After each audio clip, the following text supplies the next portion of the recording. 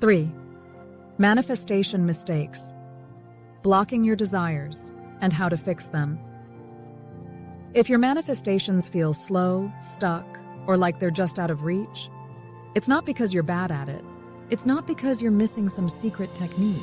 And it's definitely not because you're blocked in the way you've been taught to believe.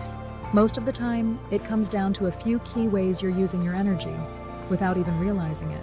Subtle shifts that seem small on the surface, but they make all the difference between waiting and receiving.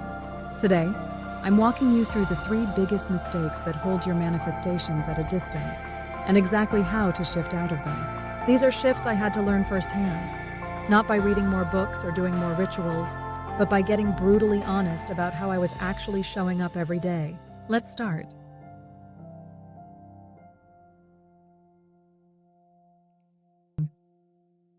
This is the first and most common pattern I see. And honestly, it's the one that keeps people stuck for the longest time without realizing it. When you're fixated on the thing you want, the relationship, the money, the house, you stay locked into the identity of someone who doesn't have it yet. You don't mean to. You're doing all the right practices, but your energy underneath still says, I need this to be okay. And that energy builds more needing, not more having. Manifestation doesn't respond to your vision board. It responds to the version of you you're being right now. The version of you who already has it moves differently, thinks differently, makes decisions from a different place. If you're still acting like the version of you who's waiting, doubting, wondering, hoping, you're feeding the waiting. If you're acting like the version who already knows, already trusts, already lives from that reality, you're feeding the receiving. Real shift. Every day, stop asking, how do I get it? Start asking, how would I move if it was already normal for me? How would I speak? What would I trust myself with today? What would I stop second guessing? That shift alone will move more for you than 10 hours of forced affirmations.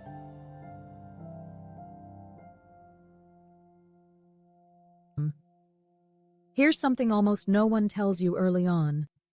When you make time the enemy, when you panic because it's taking too long or it should have happened by now, you shrink the space your manifestations need to build. You collapse the timeline by squeezing it. You make it harder on yourself than it needs to be. Because when you obsess over time, you're sending a very clear signal out. I don't actually believe it's happening. I'm worried it won't come. I'm running out of time. And that energy invites delays. Not because the universe is punishing you, but because you're no longer aligned with the experience of trust. Real shift. Decide what you want. Hold it clearly. Then stop micromanaging the timing.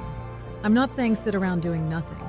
I'm saying move like someone who knows it's inevitable, not someone who's begging for proof every few days. Big manifestations often come when you least expect them, not because the work finally clicked that day, but because you stopped standing over them, blocking them with constant second guessing. Stop making time the measure of whether you're doing it right. Start making trust the measure.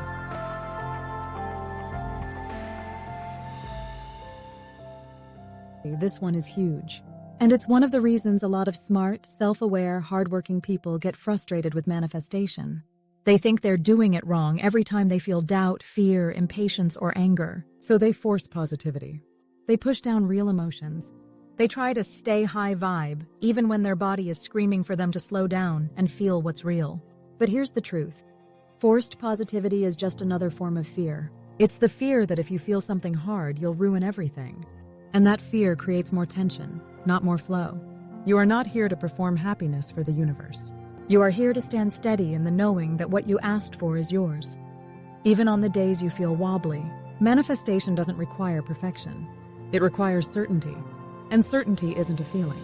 It's a decision. Real shift. When doubt comes up, let it. When fear comes up, name it. When frustration rises, feel it. And then, after the wave passes, come back to your deeper knowing. This is still happening. Even if I had a hard day.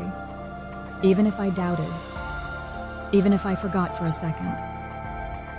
Manifestation flows from that level of steadiness, not from trying to be perfectly positive every day.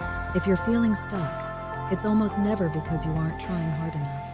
It's because you're still feeding the wrong energy without even realizing it. And now that you see it clearly, you can shift. Focus on who you're becoming, not just what you're getting. Stop treating time like a test you have to pass. Stop forcing yourself to feel high vibe all the time. Anchor into certainty instead. Your energy doesn't have to be perfect. It just needs to be real. It just needs to be steady enough to hold the space for what you asked for. If you're ready to make these shifts real, not just mentally but energetically, and finally feel the difference in how things start moving, I invite you to check out the Manifestation Magic Potion mini course linked below. It's not about working harder.